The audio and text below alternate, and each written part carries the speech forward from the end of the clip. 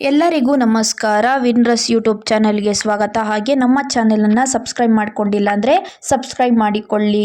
ಇವತ್ತಿನ ಒಂದು ಹೊಸ ವಿಡಿಯೋಕ್ಕೆ ಸ್ವಾಗತ. ಇವತ್ತು ಪ್ರೋಮೋದಲ್ಲಿ ಬಿಡುಗಡೆ ಮಾಡಿರುವ ಹಾಗೆ ಕಿಚ್ಚ ಸುದೀಪ್ ಸರ್ ಅವರ ಕಿಚ್ಚನ ಪಂಚಾಯಿತಿಯಲ್ಲಿ ವಿಕ್ರಮ್ಗೆ ಸರಿಯಾದ ಪಾಠವನ್ನ ಹೇಳುತ್ತಾರೆ ಸುದೀಪ್ ಸರ್ ತ್ರಿವಿಕ್ರಮ್ನನ್ನ ನೀವು ಬಿಗ್ ಬಾಸ್ ಅನ್ನ ಜಡ್ಜ್ ಮಾಡ್ತೀರಾ ಅಂತ ಕೇಳ್ತಾರೆ. ಶೋಭಾ ಶೆಟ್ಟಿ ಅವರು ಮಾಡಿದ್ದು ಯಾಕೆ, ಶೋಭಾ ಅವರು ಯಾಕೆ ಹೋದ್ರು ಮನೆಗೆ, ಸುದೀಪ್ ಸರ್ ತ್ರಿವಿಕ್ರಮ್ನನ್ನ ಕ್ವಶನ್ ಮಾಡ್ತಾರೆ ಅಂತ ಹೇಳ್ಬೋದು. ಆಗ ತ್ರಿವಿಕ್ರಮ್ ರವರು ನಾನು ಕನ್ಫ್ಯೂಸ್ ನಲ್ಲಿ ಇದ್ದೆ ಸರ್ ಅಂತ ಹೇಳ್ತಾರೆ. ಈ ಮಾತಿಗೆ ಸಿಟ್ ಮಾಡ್ಕೊಂಡ ಸುದೀಪ್ ಸರ್, ಏನಕ್ಕೆ ಕನ್ಫ್ಯೂಸ್ ನಲ್ಲಿ ಇದ್ದೀರಿ, ನಿಮ್ಮ ಎದುರುಗಡೆ ತಾನೇ ನಡೆದಿದ್ದು ಸರ್ ಅಂತ ಹೇಳ್ತಾರೆ. ಅದಕ್ಕೆ ತ್ರಿವಿಕ್ರಮ್ ರವರು, ನೀವು ಕೋಪ ಮಾಡ್ಕೊಂಡಿಲ್ಲ ಅಂದ್ರೆ ಒಂದು 2 ನಿಮಿಷ ನಾನು ನಿಮ್ ಜೊತೆ ಮಾತಾಡ್ತೀನಿ ಸರ್ ಅಂತ ಹೇಳ್ತಾರೆ.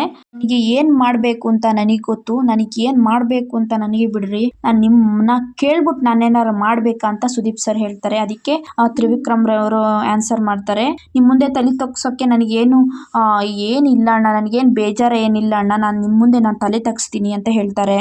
ಇದರಿಂದ ಕೋಪಗೊಂಡ ಸುದೀಪ್ ಸರ್ ಅವರು, ಯಾರು ನನ್ನ ಮುಂದೆ ತಲೆ ತಗ್ಸ್ಬೇಕು ಅಂತ ಆಸೆ ನನ್ನ ಮಗನ್ ನನಗೆ ಜೀವನದಲ್ಲೇ ಇಲ್ಲ ಸರ್ ಅಂತ ಹೇಳ್ತಾರೆ. ಈ ಮಾತಿಗೆ ತ್ರಿವಿಕ್ರಮ್ ರವರು ಬೇಜಾರ ಮಾಡ್ಕೊಂಡು, ನಾನೇನಾದ್ರೂ ಬಿಗ್ ಬಾಸ್ಗೆ ರೆಸ್ಪೆಕ್ಟ್ ಕೊಟ್ಟಿಲ್ಲ ಅಂದ್ರೆ ನಾ ರೆಡಿ ಟು ವರ್ಕೌಟ್ ಅಣ್ಣ ಅಂತಾರೆ.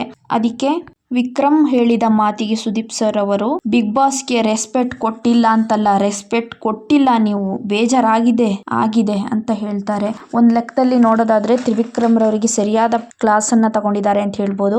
ಅವರು ಮಾತನಾಡಿರುವ ರೀತಿ, ಶೋಭಾ ಶೆಟ್ಟಿ ಅವರು ಶಿಶಿರ್ ಮತ್ತು ಐಶ್ವರ್ಯರನ್ನ ಯಾರು ಒಬ್ಬರನ್ನ ಉಳಿಸೋಕೆ ಹೇಳಿದ ಹಾಗಿತ್ತು.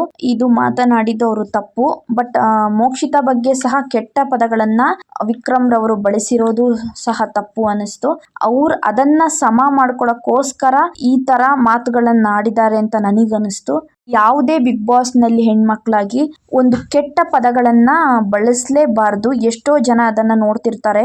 ಇವತ್ತಿನ ಸಂಚಿಕೆಯಲ್ಲಿ ಕಿಚ್ಚ ಸುದೀಪ್ ಸರ್ ಇನ್ನೇನೇನ್ ಮಾತಾಡ್ತಾರೆ ಅಂತ ಮುಂದಿನ ವಿಡಿಯೋದಲ್ಲಿ ತಿಳಿಸ್ಕೊಡ್ತೀನಿ. ವಿಡಿಯೋ ನೋಡಿದ್ದಕ್ಕೆ ಧನ್ಯವಾದಗಳು. ಹಾಗೆ ಸಬ್ಸ್ಕ್ರೈಬ್ ಮಾಡೋದನ್ನ ಮರೆಯದಿರಿ. Thank you.